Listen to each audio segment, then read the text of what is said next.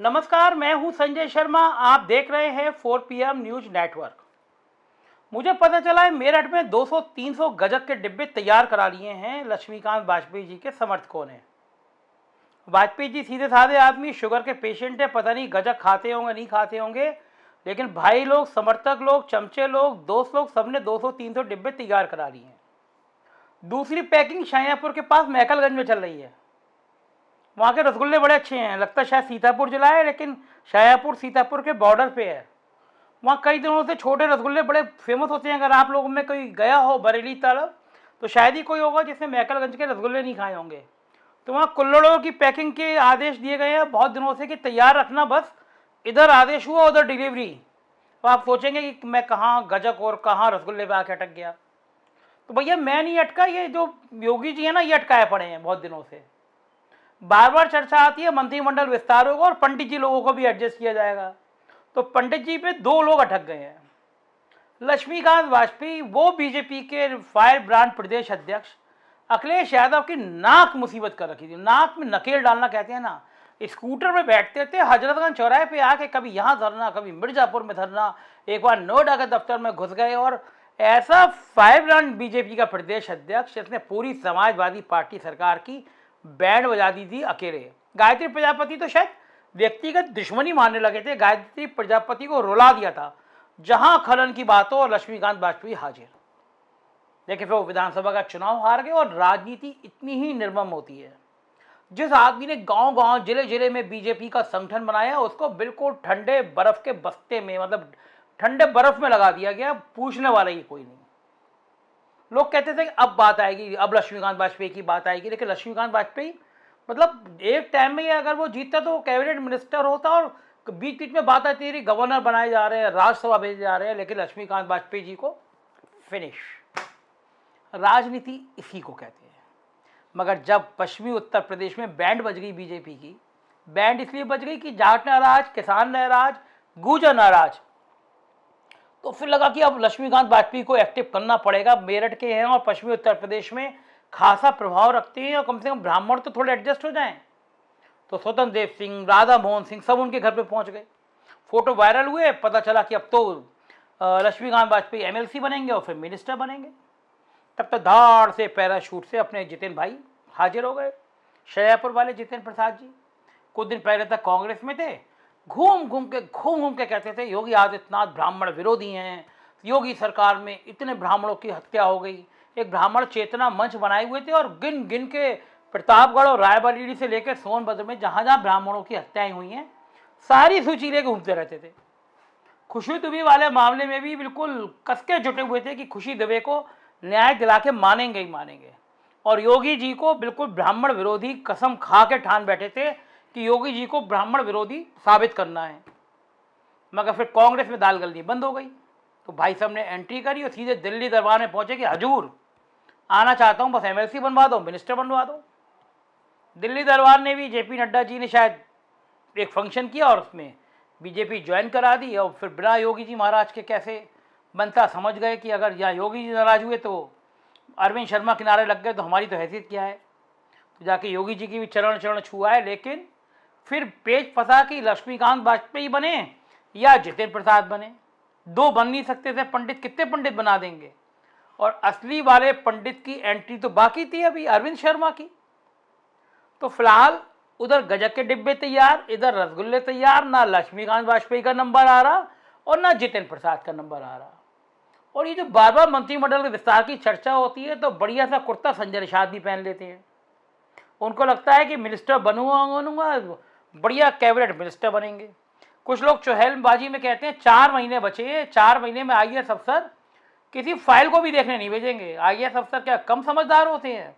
जो permanent minister बने हुए हैं उनको तो उनके विभाग के प्रमुख सचिव घास नहीं डाल रहे, और आपको 4 महीने में कैसे घास डालेंगे? तो 4 महीने में आप क्या कर लेंगे? तो मंत्रिमंडल विस्तार हो क्यों नहीं रहा? अमित शाह भी आ गए, मोदी जी का भी दौरा हो गया, BL संतोष भी चले गए, राधा मोहन जी भी कई बार आ गए, दत्तात्रेय जी भी निपट गए, कई बार आ गए। तो मंत्रिमंडल विस्तार हो क्यों नहीं रहा? मैं भी दिल्ली में था। दिल्ली में मैंने बड़े बड़े बीजेपी के सोर्स और संघ के सोर्सों से बात करी और बीजेपी के बहुत वरिष्ठ कुछ नेताओं से मेरी मुलाकात हुई। पेच फंस रहा है अरविंद शर्मा को लेकर।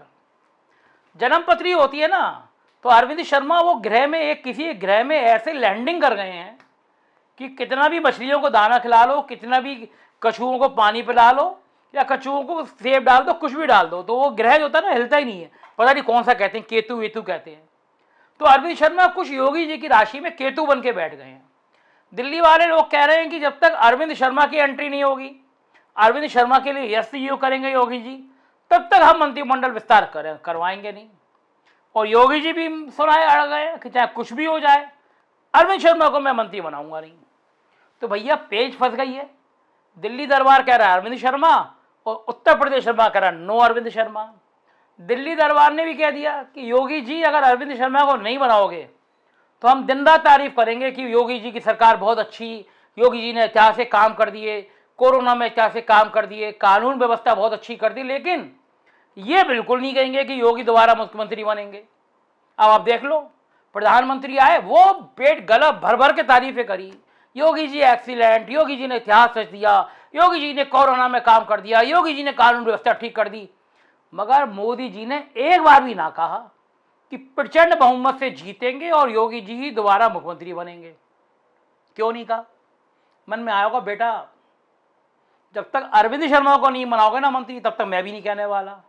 फिर आगे अमित शाह, मुझे बिग बॉस डॉन है भाई बीजेपी के, उन्होंने भी कस के भयंकर तारीफें करी, कानून का राज हो गया और हम प्रचंड बहुमत से सरकार बनाने जा रहे हैं उत्तर प्रदेश में।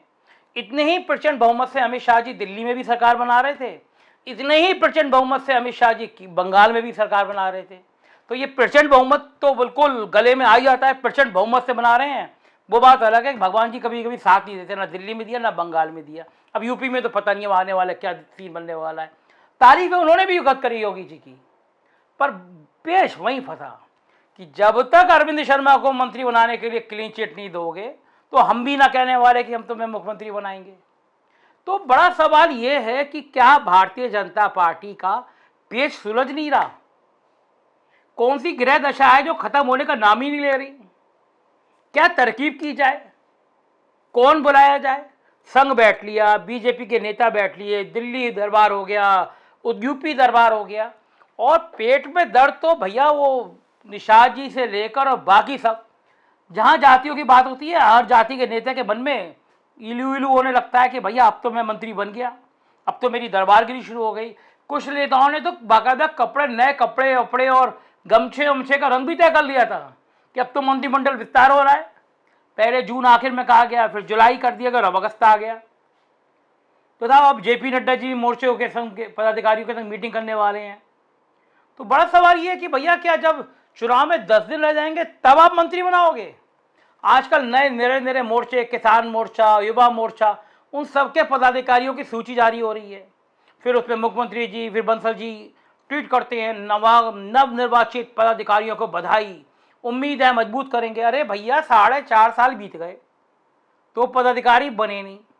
अब दरी बिछाने, बस्ता डलवाने, वोट इकट्ठे करने के लिए याद आ रही है बीजेपी को। दरअसल बीजेपी को समझ में आ गया कि सत्ता की मलाई तो काटी सपा बसपा ने। कोई विभाग ऐसा नहीं था यहाँ पे कमीशन के रेट ना बढ़ गए हो। ठेकेदारी करी सपा बसपा के लोगों ने जम के। और मैं पिछले कम से कम 15-16 साल से यूपी की राजनीति को बहुत करीब से देख रहा हूँ, पंचम दल को बहुत करीब से देख रहा हूँ। पंचम दल मतलब मुख्यमंत्री कार्यालय। मैंने नौकरशाहों की इतनी मौज किसी सरकार में नहीं देखी, मायावती सरकार में भी नहीं देखी। किस विभाग में आप चले जाइए और कमीशन का रेट 4-5% ना बढ़ गया हो। विधायक मुख्यमंत्री से आसानी से मिल नहीं सकते, मुख्यमंत्री उनकी बहुत सुन नहीं सकते। तो ये खिचड़ी तो फैली थी, रायता तो फैल नहीं था। तो भैया रायता फैल गया है। हमको चिंता ये है कि अगर शाहपुर वाले भाई का नंबर आएगा तो एक रसगुल्ला वो हमें भी खिलाएंगे बैकलगंज का, और अगर मेरठ वाले वाजपेयी जी का नंबर आएगा, जब सपा की सरकार थी तो वाजपेयी जी मेरे दफ्तर में खूब बैठते थे, समोसे और चाय पिया करते थे और खूब सपा के खिलाफ उससे खबर लिखवाया करते थे। तो भैया वाजपेयी जी भी अगर मंत्री बनेंगे तो कम से कम मेरठ की गजक तो मेरे यहाँ लेके आएंगे। लेकिन भैया हो तो विस्तार। बीजेपी की राजनीति यूं यूं करके जलेबी की तरह उलझ गई है, कब सुलझेगी ऊपर वाला भी नहीं जानता। देखते रहिए 4 PM न्यूज नेटवर्क, क्योंकि राजनीति से जुड़ी हर खबर जो आपको यहाँ मिलेगी वो दावा है कहीं नहीं मिलेगी। जुड़े रहिए 4 PM से। दोस्तों से कहिए कि सर्च करें, सब्सक्राइब करें, साथ दें, सहयोग करें और हम आपको ऐसी दबंगी के साथ सच बताते रहेंगे। Thank you.